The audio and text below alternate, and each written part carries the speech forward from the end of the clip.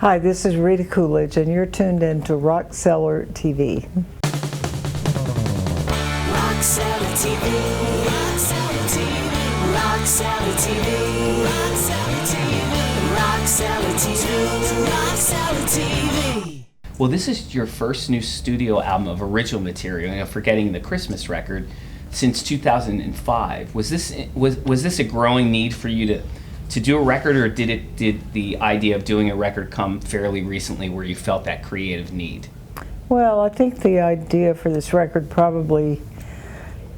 I think the spark actually was the Graham Nash song when Graham sent me Doing Fine Without You about 3 years ago, and there was just something about that song that reminded me of some of my earlier albums, just kind of the rawness of the song and the way and the treatment of the song, and it kind of made me start thinking about what kind of record I wanted to make. And as it turns out, it was something that I wanted to accomplish, to kind of go back to the sound and the feel and the organic, just rootsy kind of stuff of my earlier records.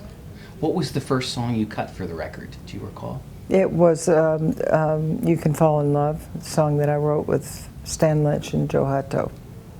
And Stan Lynch, for people that know their rock history, was the longtime drummer for Tom Petty's band, and he grew into a great songwriter outside of that, working with Don Henley and people like that. You want to talk a bit about working with Stan? Well, Stan Lynch is he's a delightful human being. He has the energy of a 12-year-old boy all the time, and just as funny as he can be, and he's just magical. Everything about Stan is just wonderful. Plus this beautiful studio that he built in Gainesville, Florida, or in Melrose, which is outside Gainesville, because that's where he grew up. The studio is just a work of art. He had just finished it when we went down to write with him, and it's just every detail in that studio is just beautiful.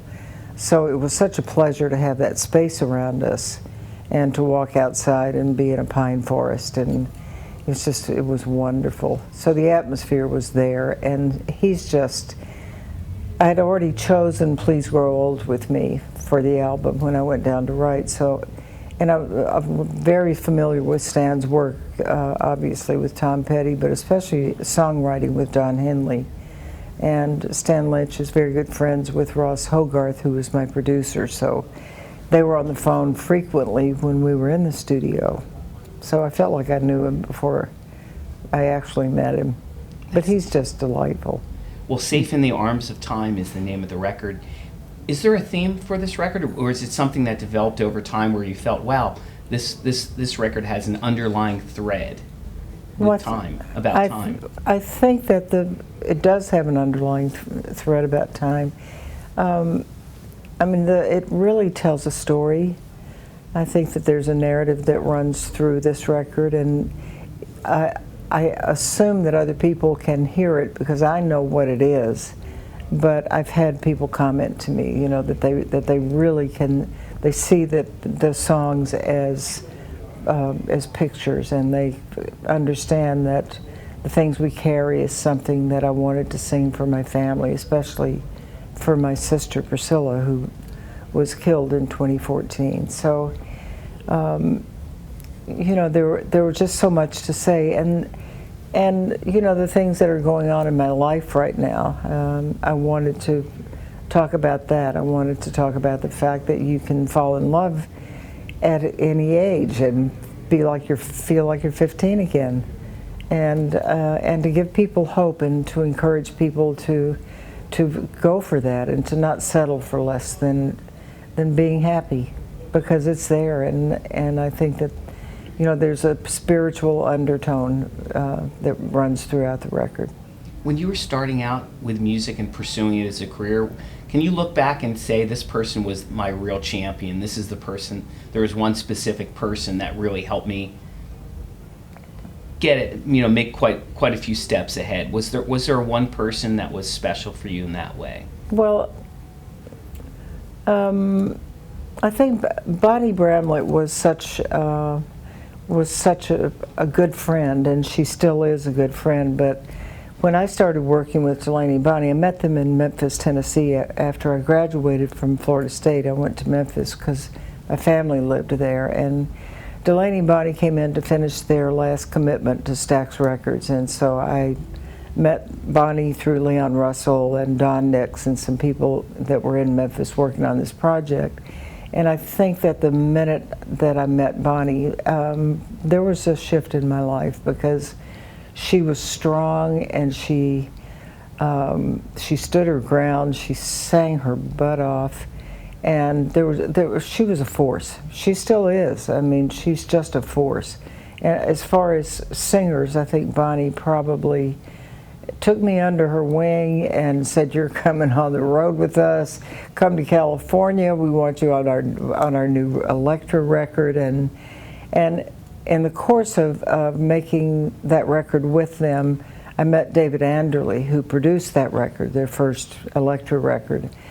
And at the end of those sessions, David Anderle said, "When you do your first album, I want to produce it." So both of those things kind of happened hand in hand. I met Bonnie, and then through Bonnie and Delaney, I met David Anderle, who went on to produce 10 albums on A&M with me. Yeah. Well, let's get back to the new record. And I wanted to ask you about the track that Graham and Russ Kunkel, another old friend of yours, contributed. Before I heard it, I was expecting this beautiful, bucolic acoustic song, and it rocks. It's very unlike what you would expect, perhaps, what Graham would write. Well, I think that's when you put Russ Kunkel in, mix Russ Kunkel in the formula, there you have it, because he's one of the great drummers in Los Angeles and has been for decades, and he's still just amazing. So I think that, I think Graham probably recognized something, maybe to get out of his box of predictable kinds of songs, you know, that, and he and Russell are good friends. I think he probably reached out to Russell and said, "Let's write some songs." Yeah. But it knocked my socks off. You know, looking back to the way you made records, you know, back in the 70s and then throughout, going into a record like this, are you thinking much differently? Because, you know, a lot of artists, you know, when they're starting out especially, are focused on, I got to get some hits, I have to be able to keep moving. Is it a different experience for you going into the studio knowing that you have that legacy, and not that you wouldn't want to have records that were hits, but that you can work from a more purely artistic sense? It's different in almost every way, you know, except that Bob Glaub, who played bass on the record, you know, played with me back in the day and has played on records before. But just the fact that I'm mature and I appreciate the opportunity to be in the studio, and the time that Ross and I took from the time we met was more over 2 years. So it was, you know, it was something that we really dug into and took our time until we found the right songs or got the right songs written. And I think in the past, there were times when I was in my 20s and 30s that I would go in the studio and we wouldn't even know what we were going to record that day. Sometimes we'd sit down and write something, or we'd say, "Oh, what about like some Albert King song? Let's do that. Let's think about that." So it was not this kind of careful, calculated planning that we did, right down to who we wanted, you know, to play solos and overdubs and bring in to be part of the record. You know, that used to be what I would call a definite whatever, being in the studio a lot when I was younger. And studio time, you know, we'd just have the studio locked down for a week or two or three or a month at a time, and we did these tracks in 12 tracks in 5 days for this album because everything was planned. We had the charts were done, we had the keys done, we had the songs, arrangements, everything were ready to go. And you nailed your vocals quickly too? No, Ross worked my butt off on those vocals, and there's no auto-tuning, but there were hours in the studio. I would go into the studio and he would say, "Okay, let's get you warmed up." I would sing the song 20 times before he would roll tape. So it was brutal. There were so many days that I just wanted to just pick up my stuff and leave. As a matter of fact, I would go back to the hotel and I'd go, I can't do this. I don't know if Ross knows that, so don't let him see any of this, okay? But the end result, does it exceed your expectations vocally? Absolutely, it's my favorite thing that I've ever done in my life. And I realize even more now than I did before going into it, you know, what a valuable experience it's been and how much I've learned from Ross and how much I trust him. And I would go in the studio with him in a heartbeat. I would advise anybody to. And there were times in the studio that I would feel like he was just being so hard on the musicians, you know, but he knows what he wants, and he gets it, well, and that's why this record sparkles. You're a musical survivor. You've lasted through many decades where a lot of people have fallen by the wayside. Are there any pearls of wisdom that you've learned through the years that you wish you knew when you started out that might have put you a step ahead? No. You know, I think a lot of people, there are a lot of people, once again, going back to the, you know, kind of following your dreams and keeping those dreams alive. I think that a lot of people, my generation, my peers, you know, a lot of people just stop. And because I don't know if they think that there's an age limit on music. I certainly don't, and neither does Mick Jagger. But I think a lot of people just kind of give up and say, yeah, I don't think I want to be on the road anymore. And I think that there is a great sense of loss, you know, when they realize that if you don't use it, you probably will lose it. You know, people try to come back after not singing for 10 years, and it's not the same. So, you know, you kind of got to keep moving. And that's the advice I would give anybody. What do you think makes a great singer? Not a good singer, a great singer. I don't think it's so much the instrument as it is the way a voice resonates with people. Because I've heard people that have just, you know, raspy, raw, not a Barbra Streisand voice, but they can touch a heart. And unlike, and I'm not saying Barbara can't, but she has such a beautiful, polished voice, such a great instrument. She never warms up, she never rehearses, she just opens her mouth and sings, you know. And then there will be, you know, somebody that comes along, and not that Joe Cocker was not a great singer, but his instrument was the way he used it. He was just, he was a soul singer. Or Leon, too. Leon Russell is a great example, because Leon would be the first to tell you, would have been the first to tell you that he couldn't sing. I mean, there were times when I would be up at Sky Hill Drive and he would go in and sit down and play something, I'd go, man, that song is beautiful, but he can't sing. You know, and then I would hear the finished product like Song for You, and it was raw and just emotional and beautiful. I agree.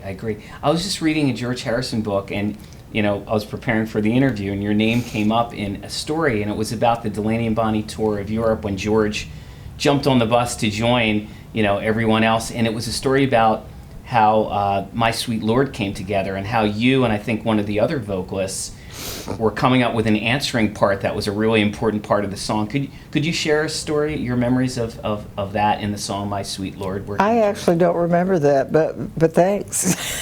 I think it was the Hallelujahs that you guys were... Well, it would have been me and either Bonnie or P.P. Arnold, who was on that tour with us. But I just remember that during that tour we sang all the time. We sang all day long on the bus, driving to wherever we were going that day, and we'd get to sound check and do sound check and the concert, and then go back to somebody's room at night with guitars and sing all night long. And get up the next day and get on the bus again. And I think that was one of the reasons that George was there, because he wanted to be a part of that. It's the same reason that Eric Clapton wanted to be in that band. because there was something so authentic and so real that they didn't really understand because they were Brits. And Delaney was a true blues man from Mississippi, and Bonnie was the real deal from St. Louis. So you know, that's stuff that you have to kind of live with and be a part of that to understand it. We spoke about Joe, and the Mad Dogs and Englishmen tour is still considered one of the legendary tours. When you think back to those times, what are the most indelible memories that flash through your mind? Just the music. The music on Mad Dogs and Englishmen tour was just so unbelievable every night. You know, the musicians were there. Leon was you know, commanding everything. He had only agreed to do the tour if he could choose the songs, the arrangements, pretty much tell Joe how to sing them or when to sing them. And so he was in complete control. But he put together a band and a set and you know, the songs that Leon chose to put together that show. He was like a ringmaster, and we were just part of the circus. But every night, I would think, my God, I can't do another day of this, because it was just 55 people left Hollywood. I mean, we left on a bus, went to the airport, and got on the Cocker Power plane, and from then on, it was just sheer insanity the whole time. And there were so many times that I would sit with Joe on the plane at night, and I would just say, Joe, I can't do this anymore. I've got to go home. I'd lost weight. I was under 100 pounds. It was ridiculous. And he'd say, you can't leave. You're the only friend I've got. And so I would stay. And then we would hit the stage at night, and the music would start, and everybody remembered why we were there. Yeah. It was amazing. Well, Delta Lady was written for you and about you. Do you recall the first time you heard that, and what was your impression? It was the first time I heard it, I knew it was written about me, and I was a little bit offended about the standing wet and naked in the garden line, because that never happened, and I thought people are going to think I'm just awful. and of course I'm still carrying the handle. You're doing it quite well. I have to ask you about this because a lot of people don't know. It's in your book. I did ask you about it when I interviewed you for the magazine. But coming up with the end of Layla, which is one of the most beautiful, for me, one of the most beautiful musical moments. Talk a bit about that. And you were working on that was part of another song, right? It was another song. It was actually a song called Time, Don't Let the World Get in Our Way, and it was a song that I'd written with Jim Gordon. And Jim was the drummer who went on to be the drummer with Derek and the Dominoes. And when we were in England recording Eric's first solo album, Jim and I sat down at the piano and played and sang Time, Don't Let the World Get in Our Way, and we left a cassette for Eric, and we're hoping that he would record it on that album. But of course he didn't, and I thought it would probably have just gone by the wayside. Priscilla, my sister Priscilla and Booker T recorded it on one of their albums. But I was in the studio at A&M having photographs made, and all of a sudden I hear the music on the PA coming over, and I'm going, I know this music. I know this, and all of a sudden it just, I recognized it as my music. And so I finished the session and raced down to Tower Records to get Eric's record to see if I had writer's credit, and of course I didn't, because Jim Gordon and Eric had writer's credit. So. But you set the record straight, and now people are going to know this. It's such a beautiful part too. Did you sense it was a special part, or did you sense the song itself was special? Well, I had that piano line for a long time, and the melody that went with it. But I would sit at the pianos for, I'd been playing that for weeks, and so it was something that stayed with me, because often, I'll sit down and play something, and the next day it's gone, and then I'll go to something else. But that was something that really felt like it was going to go somewhere. It went somewhere. And it did, didn't it? It did. It did around the world. You landed your first #1 record on the Billboard AC charts with "We're All Alone," written by Boz Scaggs. I wanted to see if you could talk a bit about that moment and cutting that song by Boz. Well, when I recorded "We're All Alone," Jerry Moss had called me in the office when we were choosing songs for Any Time, Anywhere. And Jerry said, "Come into my office, I want to talk to you about something." And he said, I sat down and he said, I think you probably have Silk Degrees, Boz's album. And he said, it's done over 1 million copies now. So 1 million people have this record in their homes.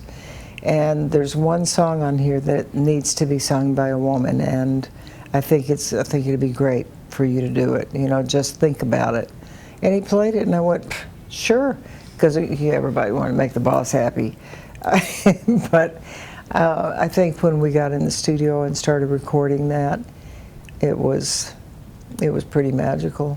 David Anderle was just the greatest producer, and the way David I would do like double my vocal, and then he would just put that way behind. You could barely hear it. And it just gave it kind of an eerie effect and kind of a romantic vibe to the song. Tell me about the Dylan session. Well, when we worked on the music for Pat Garrett and Billy the Kid. First, we were in Mexico City doing "Knocking on Heaven's Door" and some of those things, and I just found it interesting that Bob Dylan never he is such a phenomenal songwriter, but when he sings his songs, and I saw him do it in Durango when we were doing Pat Garrett and Billy the Kid, when he would just make up lyrics, different lyrics to the song that everybody knew every lyric to.